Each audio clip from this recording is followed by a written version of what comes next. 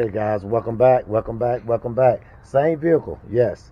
Same one I done the video on finding the water leak on it.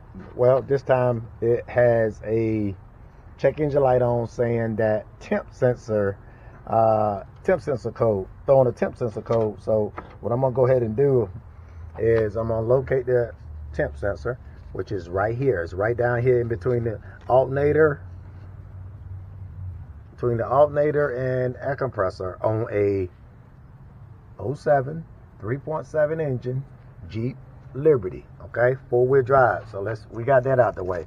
And look at that. Look at this stuff just crumbling. It's been there for a while. Okay, but this is the temp sensor right here. That's where it's located at, right down there in that valley.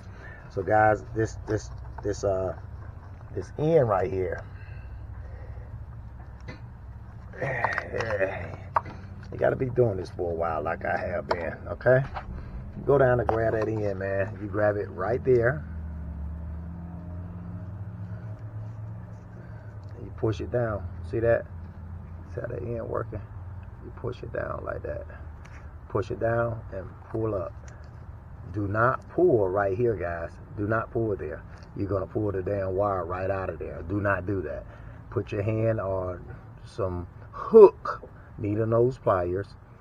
Here, get your socket, and the way I match it up is when the new one comes, I will fit the new one. Sometimes it's bigger, sometimes it's just the right size, but I usually go by that. Find the socket for the new one, I put it on, and then that should be closer to the same side that I need to put this one on. And once I do that, I just screw it out, you know, blow all that stuff away from it. Yeah, now I got it out. I just screw it out and put it back in.